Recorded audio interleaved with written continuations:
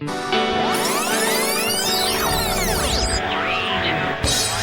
podcast listener, even if you are alone in your entrepreneurial pursuit, know that today, right now in your earbuds, you are joined by thousands of entrepreneurs all around the globe seeking to do the same thing you are. If you want to know more about this program or this podcast, or want to get barraged by a lot of annoying pop-ups, check out our website, lifestylebusinesspodcast.com. Yeah, buddy, it's Thursday morning. Thanks for joining us. It's time for another LBP, baby. That's where we believe building a business is the ideal way to create more freedom and opportunity for you, your family, and those around you. Those around me is my captain, my co-host, a man who has two racing motorcycles worth $1,500. This is true, and a cat worth $2,000. Your comment, sir? No comment. If you guys stick around to the end of the episode, Ian's going to share with you a hot new navigational tool to get around the north of America, and I will share with you some ridiculous new music that I am listening to. First off, I want to give a big shout out to Justin and Joe from the AdSense Flippers for joining us today on the podcast. We're going to just try to jump into that interview as quick as possible. We had so much fun on the phone with them. But one point, Justin wrote me an email this past week about something that was irritating him about our content. And I just wanted to say, I appreciate it so much when people give you that kind of critical feedback. And I, really thanked him, because I'm sure if Justin's irritated by some stuff, there's probably a bunch of other people out there that are irritated too. And I just want to say, I think Ian and I really appreciate constructive feedback, and we can't always incorporate everything, but we often do, and it does have a big impact, because to me the lesson here, Ian, is cultivating those blind spots. Yeah, we always ask for creative feedback, not on the iTunes page, but in email. And I think Justin's feedback was really good, and this isn't something that we're necessarily doing on purpose per se. I mean, it's hard to tell, but yes, it was brought to our attention. So here's what we'll do. We'll stop doing it, and then we'll see if any listener can guess what it was. Good idea. All right. Speaking of shouts, George Fry gave us a review. He said, "These two guys give such quality content for free that I almost feel guilty listening to it." Sorry about inspiring all that guilt, George. Thanks for listening to the show. Breaking the Fourth said, "These guys rock and their energy is amazing." And Finch says, "Probably one of the most actionable podcasts on entrepreneurship." Thanks, Finch. Thanks, everybody, for leaving those 5-star reviews on our iTunes page. That helps our podcast get a little bit more visibility in those iTunes search results. I think nobody knows. That stuff is so mysterious. Ian, we had a great time talking to Joe and Justin. Let's get right into it. All right, it's Joe and Justin, and a lot of us are listeners to the new AdSense Flippers podcast. So I'm curious, before we get started here with our partnership discussion, if you guys could let us know, what you thought having a podcast was going to be like versus the reality of it, and how it's changed your blog. Well, before we started AdSense Flippers podcast, I didn't actually listen to a lot of different podcasts. I wasn't a big podcast guy. And to be honest with you, like the radio thing, and I was like, that's not really us. We're safer with blog posts. But we started doing a few, and we started getting some feedback on people driving in their car and almost having to pull off the road to take notes. And we're like, oh my God, that's insane. That's so cool. And it got us this kind of high, I guess, on doing it that has been really interesting. Yeah, and I would also say that podcast, at least for me as a format, is much easier than blog posting. I feel like it flows a lot easier. It's easier to have a back and forth with Justin, and the ideas seem to flow more often, where I feel like a blog post, you really need to sit down, you need to research it, you need to write it out. I mean, I could spend the whole day writing one blog post. I can imagine, if I would not have met you guys, coming to your blog is just reading posts about niche sites and AdSense versus listening to your show, which is excellent. And I mean, it's just such a different experience to relate to you guys as entrepreneurs and as cool people and stuff like that. So to me, it's super powerful. My emotional attachment, I feel like I would get to know you guys, and I feel like I would take action on the kinds of things that you're bringing up. I mean, we already have taken action on a lot of the advice you've given. So anyway, I just wanted to thank you guys for doing the podcast. It's amazing. We're enjoying it a lot and getting a lot of value out of it. Speaking of amazing stuff, you guys are pulling an intern into DeVal. You've copied the Tropical MBA model over at Tropical Workforce and brought in an intern. It's amazing. Any initial thoughts on that? I know he hasn't arrived yet, but Yeah, first of all, what's our licensing fee on that? Well, here's my concern: is I feel like our supply side on really sharp people is high. I have 27 unpaid internship applications right now I have to review today. And we've got so many people that want to do this kind of thing and not enough guys like you willing to offer it. And so what was the key thing that put you over the edge on that? Well, we feel your pain now. We had 17 applications and we narrowed it down. I think we did 7 or 8 interviews and we had 3 guys at the top that we really wanted to pick. We had to choose one. I felt bad because I know either of the other 2 would have done a fantastic job. So we're now in your boat where we're like, oh my God, can we get more people doing this so that we can give jobs and opportunities to these really sharp, cool people that we wish we had that spot to hire. So we're feeling your pain there right now. So Justin, what was the tipping point for you guys? Was it when you came out to see us that you saw that it worked? I mean, how do we convince other people to run kind of internships like this? Absolutely, it was when we came out to see you guys in Puerto Galera, because before that, Justin was he thought it was a good idea, but I really thought that what kind of schmuck, I really used that word, sorry, but what kind of schmuck would move halfway across the world for $800 a month? It just didn't make any sense to me. And I thought you were going to get some weird internet person that never comes out of his mom's basement and really doesn't know much about the world. And then we went to Puerto Galera, and I met John, who was a new Tropical MBA. I met David, who had been a Tropical MBA in the past, and I was just so impressed with those guys. And I really felt like back when I was in college, and you had these smart people to work around and to collaborate with and to build projects on, and it totally clicked for me. Okay, I have a staff of people that I can hand a list of tasks to that can handle A through Z as long as I lay it out. But I don't have anyone I can hand a project to.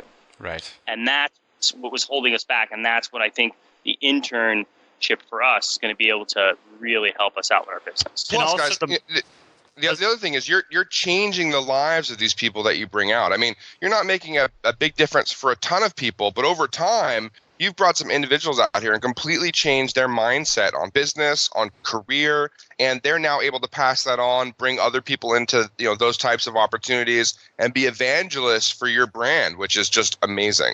It's such a cool scene to see how this all rolls up, now that you and David are friends and hanging out, and David just buzzed off to Thailand and I think spent the last 4 weeks.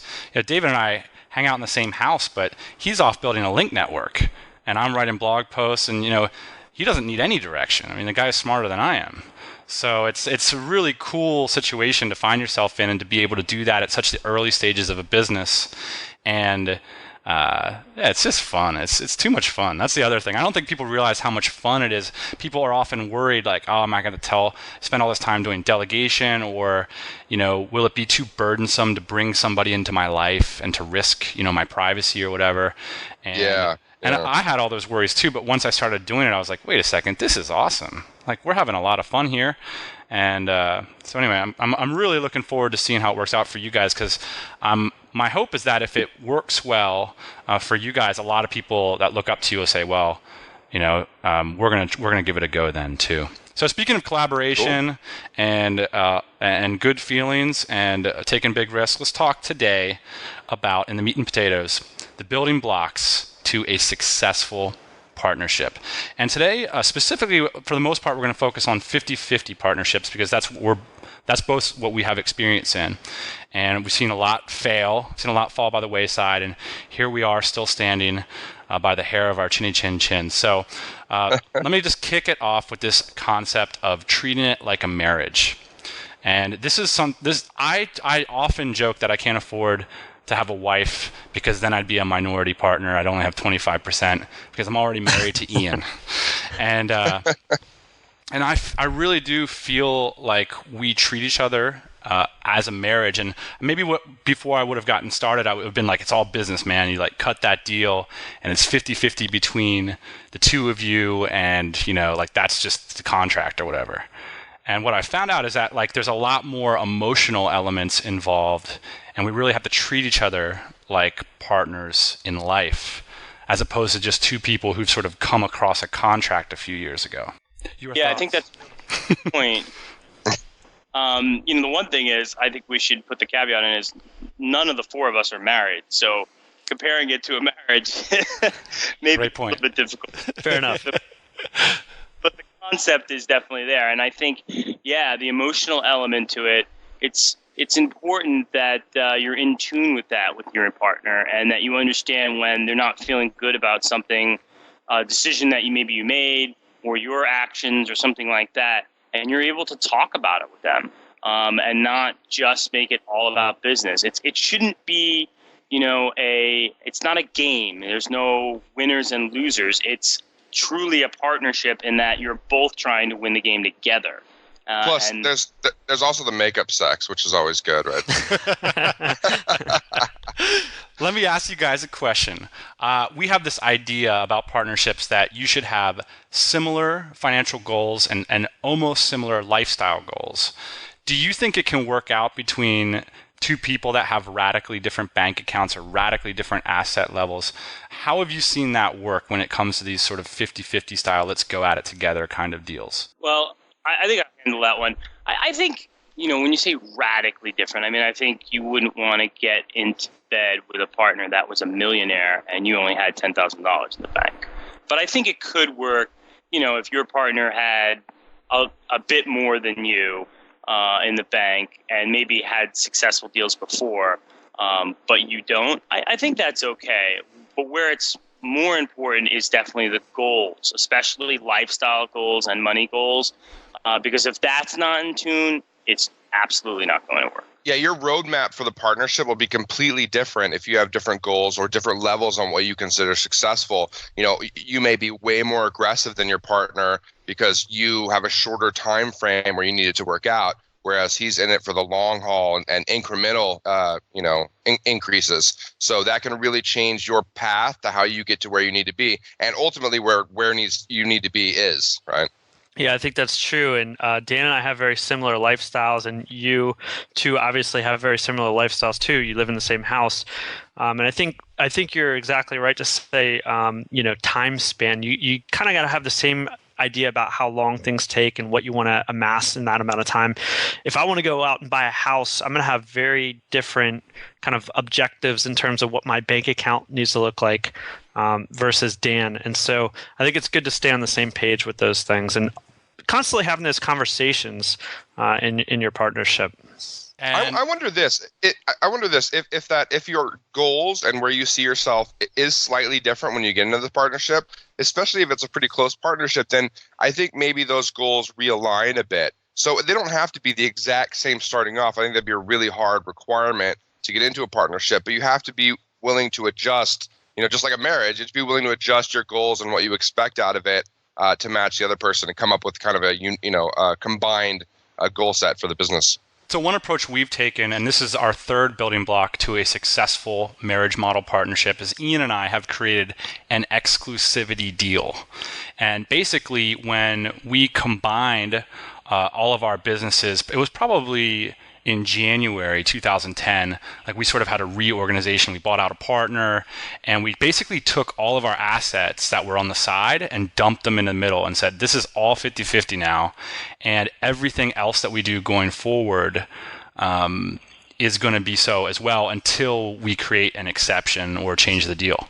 And I'll tell you, there was something specific that encouraged this, and I was basically starting all these like little blogs on the side, and that created a tension because it was like every time I was spending any kind of energy building out like those kinds of web properties, it was like, well, you're not spending your energy on the core business then.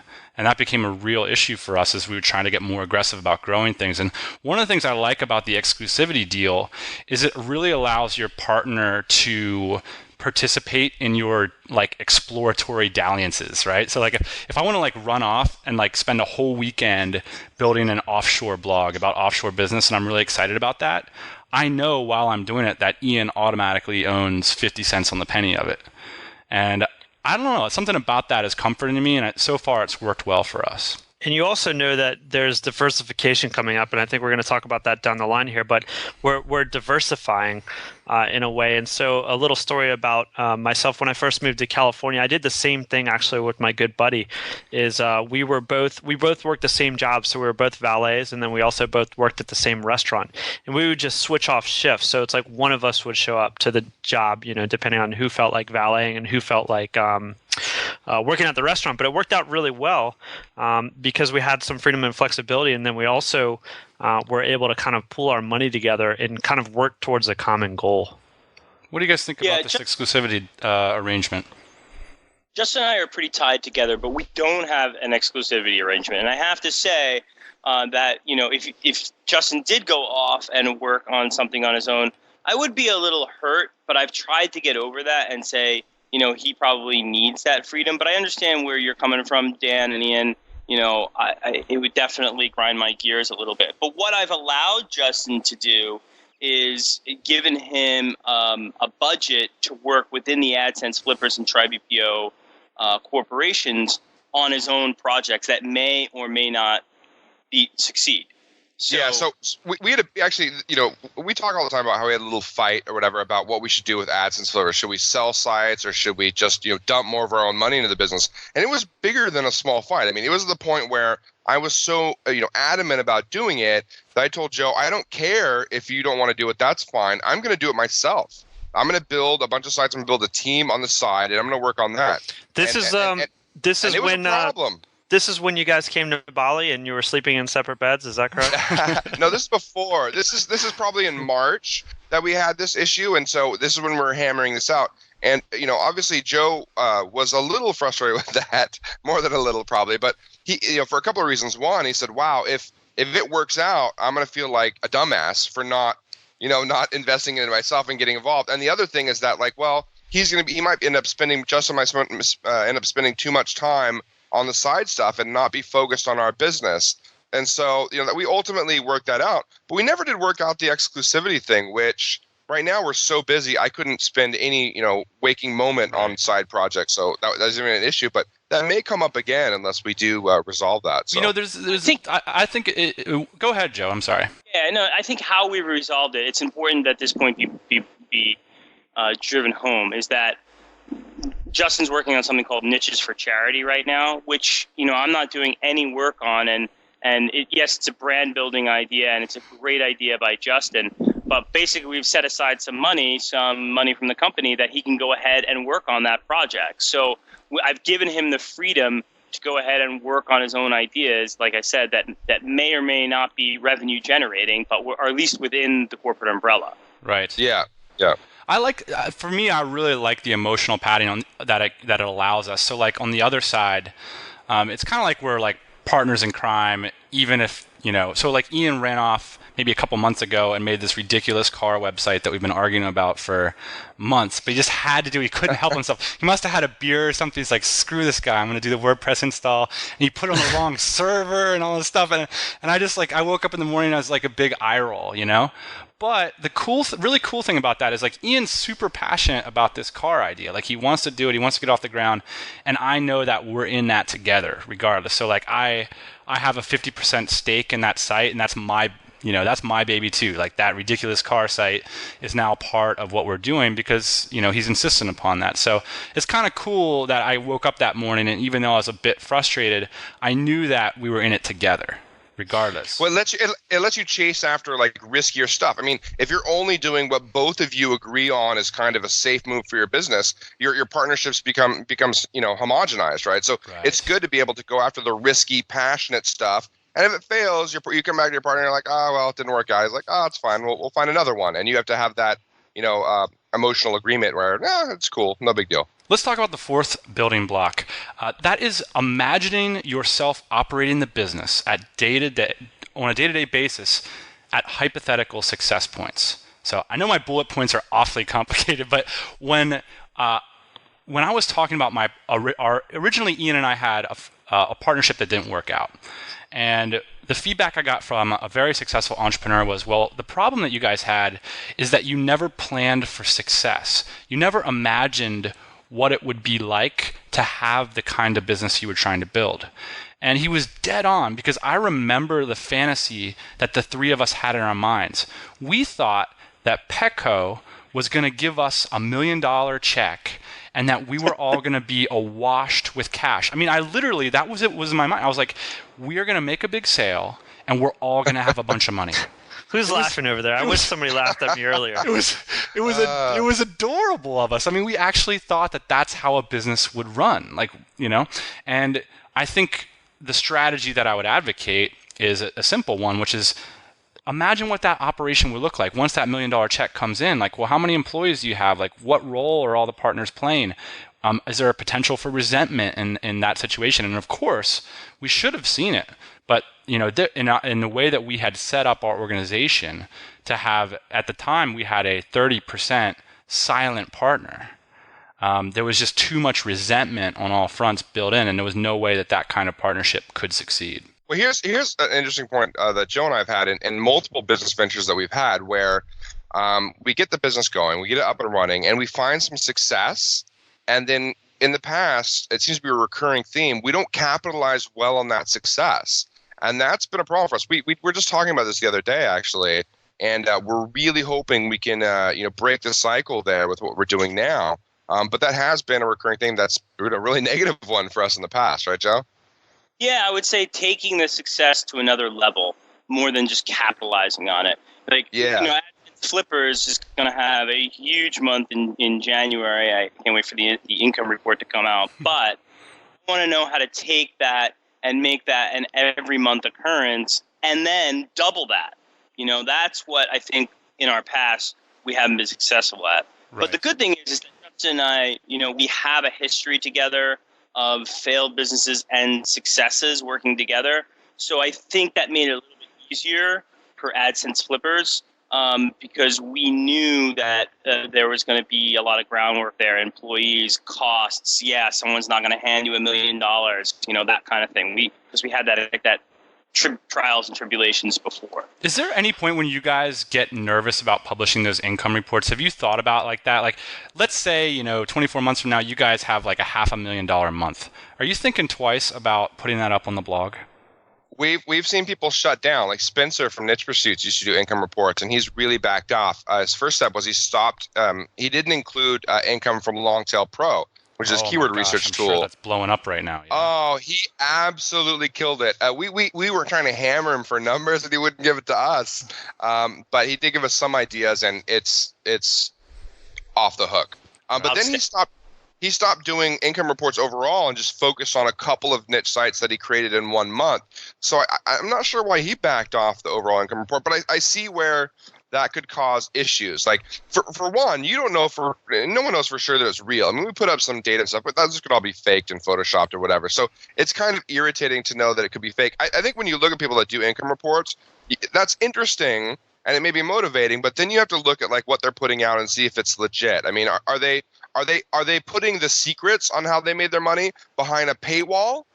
Right. Or are they putting it out there, right? So if they're putting it behind a paywall, automatically, it kicks in for me that, oh, okay, that's cool. They're showing us all this money they're making and the secrets I have to pay for. Well, that's Are you worried about representing extreme wealth while living in the Philippines? No, I was going to say. I mean, we could just show up and all of a sudden it could be the Dan and Ian AdSense Flippers, right? These guys, I don't know where they went. It's a mystery. Yeah, I mean, just right. There's all kinds of worries. There's the IRS. There's your employees that only make $1.50 an hour, seeing that you made all this money. Yes, there's all these worries, but the one thing that we have going for us is that we're running a business, guys. This is not something easy to do. We try to make it easy. I try to say, hey, you can build the sites yourself. We give away the process for free. But in all honesty, it takes a lot of management. It takes a lot of time. I work 8-10 hours a day. I work 6 days a week. Justin puts in more hours than I do. So, yeah, if you want to come, you want to replicate the situation, more power to you. I'll show you exactly how to do it. But you need to have some dedication there. Right. So let's jump off on that point that you made just there, Joe, which is Justin works more hours than you. And I think one of our points here is that you need to let certain ships sail. So I think certain things come up in relationships like that, where you see Justin working more hours than you, and you think, well, how is this fair? We're getting the same amount of pay here. We're getting the same amount of compensation, but he's working more hours. And so I think what you've got to do, and you guys can give me examples in your business, but you've got to let certain things go. Like, for example, like I'm very much tighter with our financials and our spending, and Dan is a little bit more liberal. But there's only so many times. Yeah, exactly. There's only so many times that you can tell the guy, "Hey, man, you can't do that. You know, we got to keep it tight, or we got to keep it on this path." And Dan's going to do what Dan wants to do, and there's plenty of situations where I do the same thing, like put up a stupid car site. And so you kind of got to let those ships sail. Do you guys experience that? Yeah. Tell me a little bit about right before we went to Puerto Galera to meet up with you guys. You didn't know this before, but we talked about it briefly before the episode here.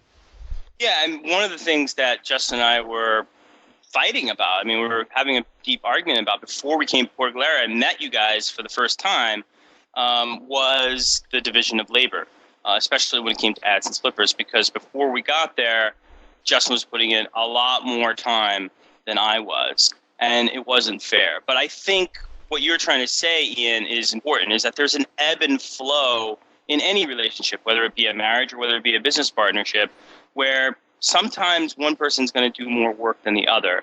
And as long as it's within the realm of reason, you have to be able to be understanding and, forgiveful about it. Not to be like Christian or religious about it, but you need to be a little bit more open-minded about how the ebb and flow of work can go. And that's come the other rotation now, where I'm doing a lot more work, at least on the day-to-day stuff, than Justin is. Justin's focusing more on the high-level thinking kind of stuff. Thinking, I'm doing a lot of thinking. It's kind of true. I'm doing a lot of input and not a lot of output. So if you compare our output right now, he's blowing me out of the water, and that's probably been the case for about a month and a half. And Joe actually asked me, he's like, "Are we playing that game?" Because there's a game you have in a partnership where, like, if you're both on a 50-50 partnership and you're both paid equally out of the business, you both have, then if you're fighting or there's some conflict, it gets down to a game of who can do less and get paid the same. Right. And that's a really dangerous game for your business. We've done that when we were in a three-way partnership before, and it went to crap, honestly. So he was asking me, he said, "Are you playing that game, that who can do less and still get paid the same?" I was like, "No, dude, honestly, I'm just in a funk, honestly. I'm just not putting out. I'm taking in more right now. I'm sure that I'll switch." And so he's been understanding that because of our previous times. And now I'm stuck going, "Yeah, well, okay, Joe, you're right, dude. Yeah, you're right." Which is a little bit off the point here, but it's actually a huge advantage that we see too, which is that we don't have to be 100% at the same time. And we can still kind of reach our goal, maybe a little bit slower if I'm only at 75% and Dan's at 25%. Or whatnot, or the opposite way. But you're still making progress. If both of you aren't at 100%, you can still get to where you want to be. It might just take a little bit longer. Whereas if you're a solopreneur and you're not doing anything for a whole week, your whole business is stopped. Well, Ian and I have we've stumbled onto a little baked-in thing in our partnership, and I'm not sure if it will work for everybody, but it's really changed the nature of our business quite a bit. So this would be our next point, which is we only overlap our workflow at a few critical points, like the very few most important critical points, and there's very little overlap outside of that. And that really helps us with this idea of like letting ships sail. I actually can think back, Ian, to those brutal early months in 2009 when we were kind of like down each other's necks quite a bit. And when we're like working on the same stuff, there was a lot more conflict in our business. And I think, when you really like mastermind on like each little thing in our business, like we were doing like product development schedules, and Ian and I have different philosophies about product development. Like I'll ship anything, like just put it in a container and get it over here and let's get on the phones. And Ian's more of a designer, and he's like, "Well, I really think we need to, review a second prototype," and I'll be like, "Air freight the set prototype in while that stuff's on the water," kind of thing. And it's just a different philosophy, and we used to constantly conflict over that. And it's one of these things. Well, how do you let that ship sail? And the way it's so inefficient too. If you're both working on things that are the same, you find out you're tripping over each other. Not just a conflict, but like that the workload is not you end up working on the same things at the same time, and you're terribly inefficient. That's it. And so we stumbled on this, and we absolutely just do different stuff. And we talk about, we wrote it down. We talk about inspiration and like personal support. We talk about finances, and we talk about management. Those are the only three things that we talk. Everything else is completely, division of labor. I don't even know what the product development schedule really looks like right now.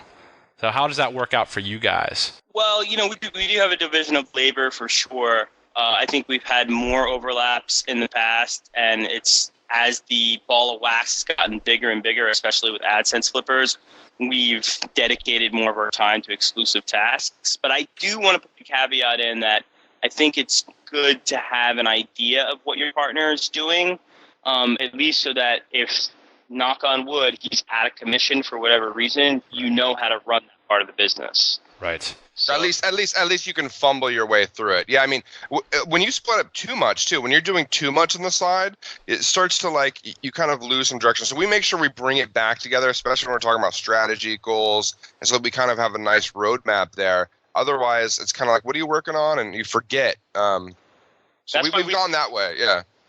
We stay organized. We use Basecamp. And when we have different projects, and then we lay the projects out in terms of tasks, and Justin will have some tasks for one project, and I'll have some tasks for another project, and some tasks, like you guys said, we'll share. And then we have a monthly review session of all those projects and a yearly review session of all those projects. So I get the emails when he completes a task and he puts any notes in there, whatever, so I can just briefly look at it and then delete it. And if it's something that I need to follow up on, I can ask him about it. But normally it's just kind of, do your thing. Right. So if I were to take a step back and say, if people were thinking about getting into a partnership, this type of 50-50 deal, if you can find that right partner, for us it's been explosive, and for a couple of reasons. One is that we're on the phone for a half an hour to an hour every day, and that's inspiration, and that's accountability, like that kind of mix. And then there's this incredible division of labor power that comes from, you have two really smart people just jamming, most of the times full time, except in Joe's case, of course, on a business. So, I mean, I guess I'd like to ask the question to sort of end the episode here is, what do you guys see as like the biggest benefit to partnership that you've seen in the business for you guys? The biggest benefit to partnerships? Wow, that's a huge question. I would definitely say what kind of Ian was talking about before, whereas you don't both have to be 100% to get more of an output. I think that is great. Like the multiple you get is better with two people that are dedicated to the cause than just one. And you can push and pull each other as time goes on. So those two things for me are more important than bringing skills to the table or money to the table or anything else. Those kind of subjective and hard to grasp ideas are really the things that make partnerships go. Let me jump in and underline that. That is so important what you just said there, is that it's not about the skills, it's not about the money. I really believe that, Joe, that it's fundamentally about that emotional connection and push and pull, that fundamental relationship first. It's a long haul, and over that time you can build out skills. It's a lot harder to build out that relationship. We can look back on our partnership, right? And we do this every once in a while. We reevaluate and say, are we getting more than we would get on our own, right? Are we getting more than 200% in value creation and everything that we're doing? And we can say, over the long haul, that's definitely true. So if we were separate, we would overall be creating less value, be doing less cool stuff, and it just wouldn't work out as well. So we can confidently say that, and we reevaluate that whenever it comes up. But yeah, that's something you have to look at, I think. What would you say, Ian? Are you still happy to write the 50 cents on the dollar off? I know you're pretty tight. I'm always happy. That's the one check I don't mind writing, believe it or not. Yeah, I'm really happy with it, and I think that in the long haul, it's pretty cool. I mean, I think we're at a point in our lives right now where it makes a lot of sense, and I hope that continues for as long as possible because it's super fun. All right, guys. Well, thanks for joining us for this session of Bro Love on the LBP. I'm sure our audience always appreciates when you guys make the time to stop by. We'll see you guys over at the AdSense Flippers podcast and in a couple weeks in Davao City. Yeah, thanks, Dan and Ian. We're looking forward to seeing you soon. All right, let's get moving on to the quick tips, tricks, and or funny jokes section real quick, Ian. I gotta say, I've been listening to the best of booty mashups.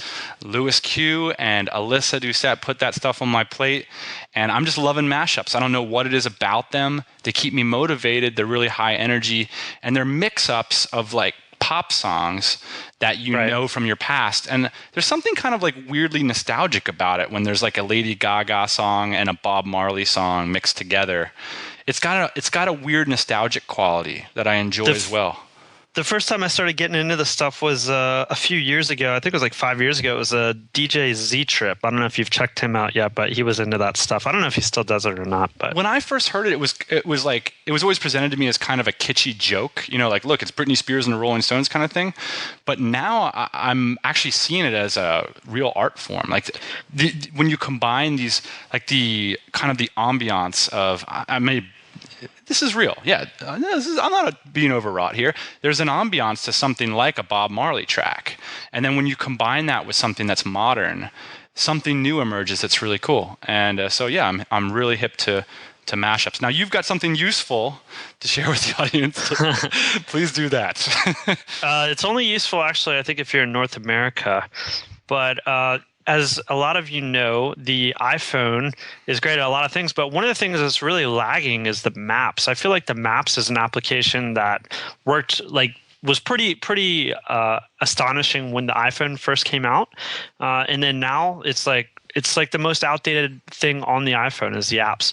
And so what I did was I downloaded for free the MapQuest app, and I found it to be extremely helpful. It's basically just like a GPS navigation that you'd find in a newer car. And the cool thing is that the lady talks to you. She's got a sweet accent.